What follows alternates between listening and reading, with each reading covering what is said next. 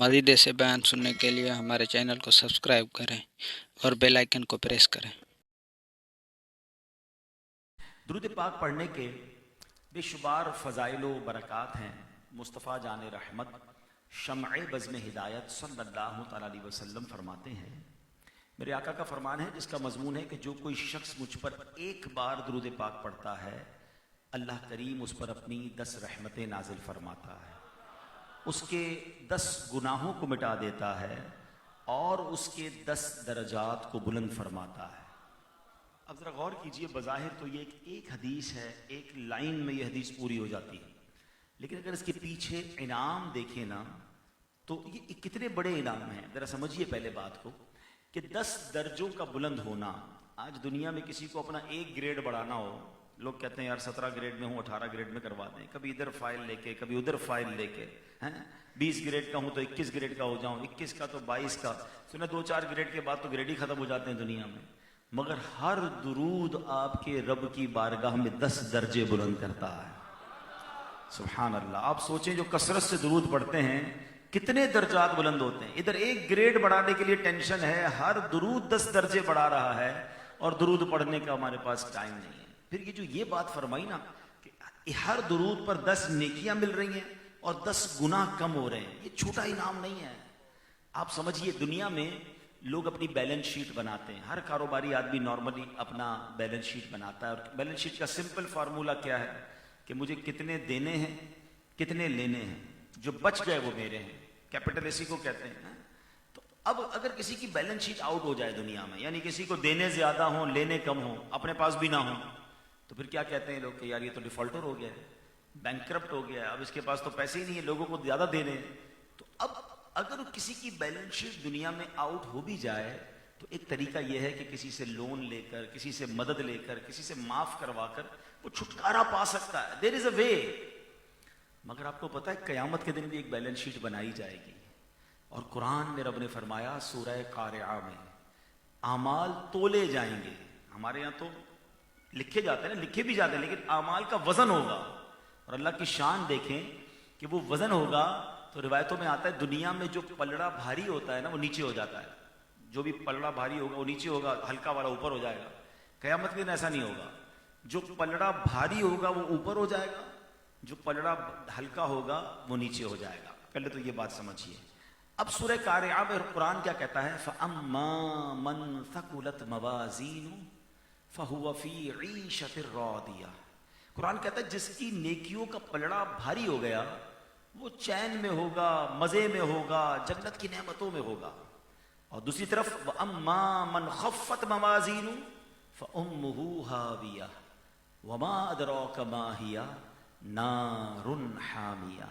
فرمایا کہ جب کسی کی نیکیوں کا پلڑا ہلکا ہو گیا تو وہ جلتی ہوئی شعلے مارتی ہوئی آگ میں جائے گا، یعنی جہنم میں جائے گا۔ اچھا، اب اس کے بارے میں تفسیر میں کئی احادیث ملتی ہیں کہ نبی پاک علیہ السلام نے ایک جگہ فرمایا جس کا مضمون ہے کہ کوئی ایسا بھی شخص ہوگا قیامت کے دن جس کی ایک نیکی کم ہوگی، نامہ عمل تولے جائیں گے، ایک نیکی مل جائے تو وہ جنت میں چلا جائے گا، یا اس کا ایک گناہ کم ہو جائے پھر بھی جنت میں چلا جائے گا۔ اب وہ مارا مارا پھرے گا، کبھی باپ کے پاس جائے گا، کبھی ماں کے پاس جائے گا، کبھی دوستوں کے پاس جائے گا، یار میں نے تمہاری دنیا میں اتنی مدد کی تھی، ایک نیکی دے دو یا میرا ایک گناہ لے لو۔ اگر قیامت کے دن کوئی مدد نہیں کرے گا، کوئی ایک نیکی بھی نہیں دے گا، آپ نے کروڑوں روپے کسی کو دیے ہوں گے، وہ قیامت کے دن ایک نیکی بھی نہیں دے گا۔ اچھا، نیکی دے گا بھی نہیں اور ہمارا گناہ بھی نہیں لے گا۔ اب ٹرائی ٹو امیجن اس بندے کو کتنی ٹینشن ہوگی یا کتنا افسوس ہوگا قیامت کے دن، کاش میں ایک نیکی اور کر لیتا، ایک درود اور پڑھ لیتا، ایک بار سبحان اللہ کہہ لیتا، 2 رکعت نفل پڑھ لیتا، نماز پڑھتا تھا سنتیں نہیں پڑھتا تھا، نفل چھوڑ دیتا تھا، تلاوت نہیں کرتا تھا، اس کو اپنی چھٹی چھوڑنے والی نیکیاں یاد آئیں گی یا اس کو اپنے گناہ یاد آئیں گے؟ یار کاش اس دن میں جو ہے نا وہ فلم نہ دیکھتا، وہ بے حیائی نہ کرتا، وہ جھوٹ نہ بولتا، وہ گالی نہ نکالتا، وہ میں نے کسی کا دل دکھایا تھا وہ نہ دکھاتا، تھوڑے سے گناہ ہی کم کر لیتا تو آج جنت میں چلا جاتا۔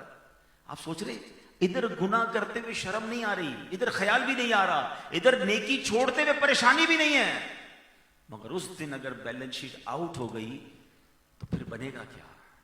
اچھا، اب ایک ریئلسٹک کوسچن، سچا ثواب دینا، مجھے مت دیجیے گا، اپنے آپ کو جواب دیجیے، سچا دیجیے گا. کہ اگر مجھ سے اور آپ سے کوئی پوچھے کہ یار سچ بتاؤ تمہارے نیکیاں زیادہ ہیں یا گناہ زیادہ ہیں، تو سچا جواب تو یہی آئے گا کہ یار گناہ زیادہ ہے. تو پھر کیا ہوگا قیامت کے دن؟ نیکیوں کا پلڑا ہلکا ہو جائے گا، گناہوں کا پلڑا بھاری ہو جائے گا. میں تو مر گیا، میں تو مارا جاؤں گا، کوئی مدد بھی نہیں کرے گا. تو اب کیا طریقہ ہے کہ میری گناہوں کا پلڑا ہلکا ہو جائے، نیکیوں کا پلڑا بھاری ہو جائے؟ تو پہلا طریقہ تو سبحان اللہ وہ ہے سچی توبہ. اگر انسان سچی توبہ کر لے تو سبحان اللہ، حدیث پاک میں آتا ہے التائب من الذنب کمن لا ذنب لہ، گناہوں سے توبہ کرنے والا ایسا ہے جیسا اس نے گناہ کیا ہی نہیں ہے. اللہ سارے گناہ ڈیلیٹ فرما دیتا ہے. تو نیکیوں کا پلڑا پھر بھاری ہو جائے گا. ایک تو سچی توبہ.